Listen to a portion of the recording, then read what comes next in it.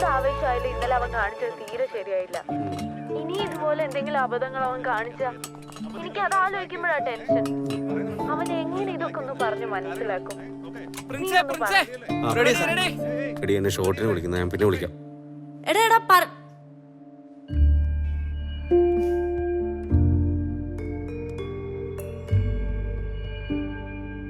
ഈ 42 ഡിസ്ചാർജ് ബാക്കി Sivaramakrishnan doctor മേലുണ്ട്. Hi.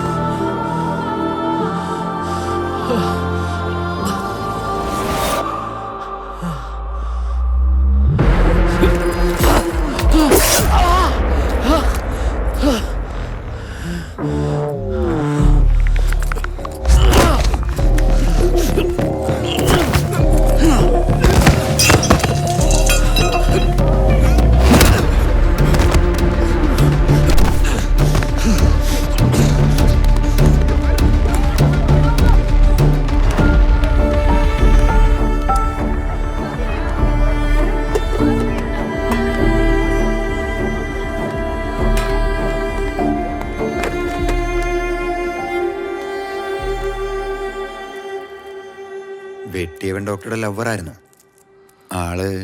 ആളുടെ സ്വഭാവം വളരെ മോശമായിരുന്നു. അതുകൊണ്ട് വീട്ടുകാർ വരെ പ്രപ്പോസൽ കൊണ്ടുവന്നു. ആ ഒരു ദേഷ്യം തീർത്താണ് ആള്. ആ കുട്ടി സേഫാണല്ലോ അല്ലേ? ഞങ്ങൾ മാക്സിമം ശ്രമിക്കുന്നുണ്ട്. സാറ കറക്റ്റ് സമയത്ത് വന്നതുകൊണ്ട്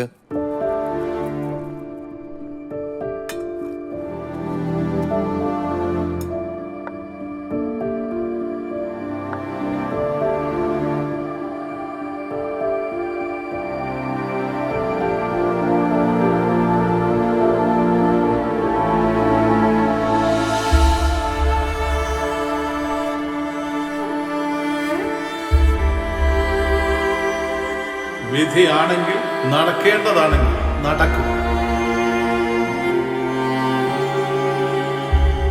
കുത്തൽപ്പം മാറിയിരുന്നെങ്കിൽ എന്തിനായിരുന്നു ഇതൊക്കെ? വിധിയെ തോൽപ്പിക്കാനോ?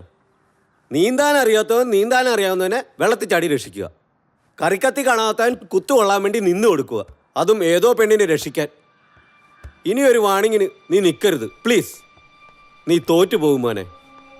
വിധിയോ ഫെയ്റ്റോ എൻട്രോപ്പിയോ എന്ത് മാങ്ങാത്തോലിയാണെങ്കിലും എടാ അതിനെ അതിന്റെ പാട്ടിനെ വിട്ടേക്ക്. പ്രിൻസേ, വാണിങ്ങിനെ അംഗീകരിക്കുന്നവൻ വിധിയെ അനുസരിക്കും. മറിച്ച് വാണിങ്ങിനെ ചാലഞ്ചായിട്ട് എടുക്കുന്നവൻ വിധിയെ തോൽപ്പിക്കും. ഇവനെടുത്ത റിസ്കിനെ ഞാൻ മറ്റൊരു ആംഗിളിലാണ് കാണുന്നത്. 3 പേരുടെ ജീവൻ രക്ഷിക്കുന്നതെന്ന് പറഞ്ഞാൽ അത്ര നിസ്സാര കാര്യമല്ല. അതും ചുരുങ്ങിയ ദിവസങ്ങൾക്കുള്ളിൽ. അതൊരു ചാലഞ്ച് തന്നെയാണ്. നിനക്കെന്താ വട്ടായ? 3 പേരുടെ ജീവൻ രക്ഷിക്കാൻ അവിടെ ഒരു വട്ടം പറഞ്ഞത് കണ്ണു അടച്ചു വിശ്വസിക്കാൻ ഇവിടെ കുറയണം. എടാ ആവേശം കയറി വിധിയോട് മത്സരിക്കാൻ നിൽക്കണ്ട. 10ാം വയസ്സിൽ ഞാൻ അനുഭവസ്ഥന. ഞാൻ പറഞ്ഞതിന് കൃത്യമായ കാരണമുണ്ട്. എന്ത് കാരണം? സൈക്കോളജിയിൽ ഒരു ടേം ഉണ്ട്, സിങ്ക്രോണിസിറ്റി. സിങ്ക്രോണിസിറ്റി. അതെന്താ?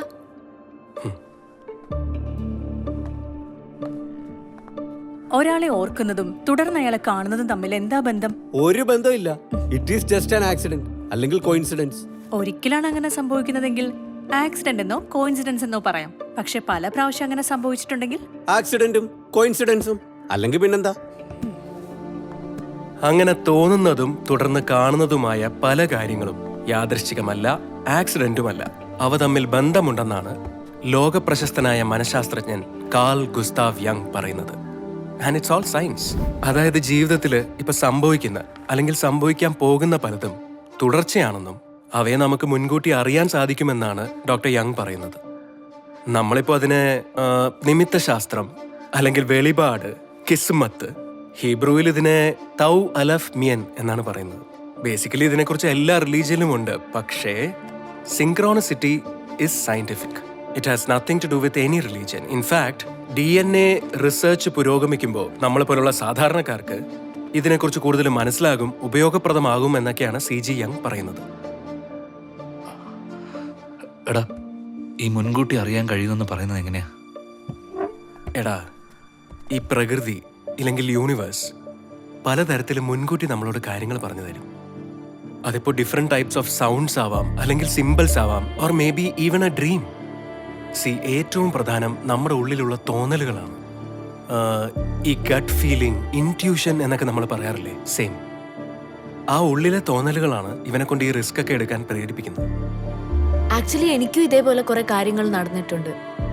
ആദ്യം തോന്നും, പിന്നെ അതുമായി ബന്ധപ്പെട്ട എന്തെങ്കിലും കാര്യങ്ങൾ കാണുകയോ സംഭവിക്കുകയോ ചെയ്യും. ആ ലാൽ സാർ ഇതിന്റെ ആളാ. എത്ര പ്രാവശ്യം പറഞ്ഞ് ഞങ്ങൾ ഞെട്ടിച്ചിട്ടുണ്ടെന്നോ. ഒരു ദിവസം ലൊക്കേഷനിൽ സാർ എന്തോ ആലോചിച്ചുകൊണ്ടിരിക്കുവായിരുന്നു.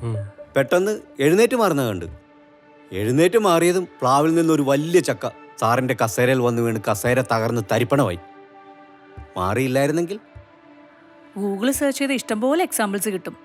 അതെ, ഫോർ എക്സാമ്പിൾ 9/11 അറ്റാക്സ് നടന്നില്ലേ, that same day New York world trade സെന്ററിലെ 99ാമത്തെ നിലയിൽ ജാക്കി ചാന്റെ ഷൂട്ട് പ്ലാൻ ചെയ്തിട്ടുണ്ടായിരുന്നു. തലേദിവസം എന്തോ കാരണം കൊണ്ട് ഷൂട്ട് ക്യാൻസലായി. അന്ന് ആ 99ാമത്തെ നിലയിലേക്കാണ് ഫ്ലൈറ്റ് ഇടിച്ച് കയറിയത്. ചുമ്മാ ജാക്കി ചാന്റെ തള്ള്, വെറും പബ്ലിസിറ്റി സ്റ്റണ്ട്. അപ്പൊ നിനക്ക് മോഹൻലാൽ പറഞ്ഞാൽ മാത്രം ഓക്കെ. ടി ചാനൽ ലാൽ സാറുമായിട്ട് കമ്പയർ ചെയ്യാൻ നിൽക്കല്ലേ. സാറിനെ വിട്, ആള് വേറെ ലെവലാ. പ്രിൻസേ, ഇവനെടുത്ത റിസ്കിലും ഉണ്ടാവും കാരണങ്ങൾ, either in part or particle. And I hope the end will be positive.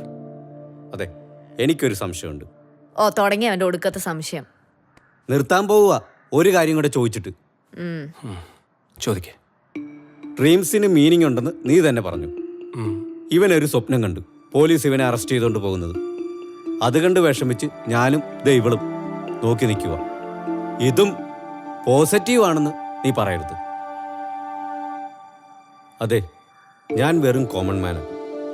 നിങ്ങളുടെ അത്ര അറിവും ബുദ്ധിയൊന്നും എനിക്കില്ല. സംശയവും പേടിയും കുറച്ച് കൂടുതലാണ്, സമ്മതിച്ചു. ഇവന്റെ ശത്രുവല്ല, പ്ലീസ്.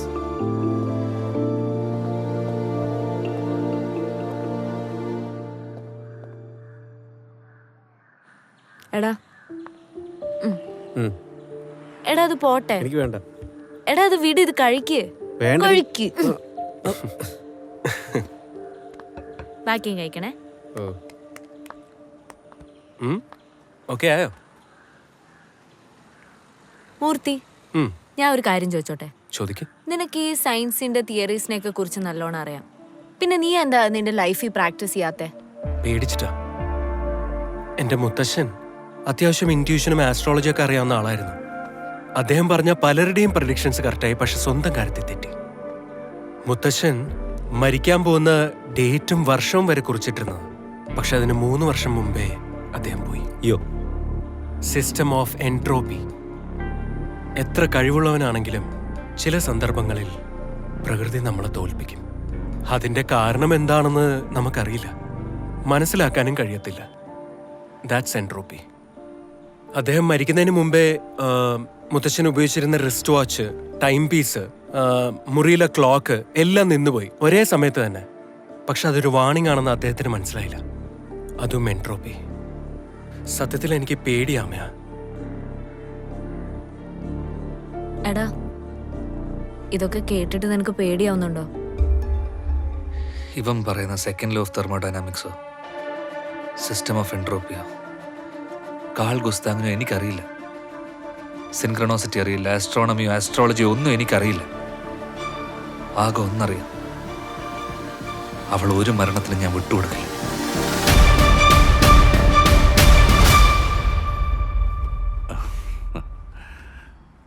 മോളുടെ വിവാഹമാണ്.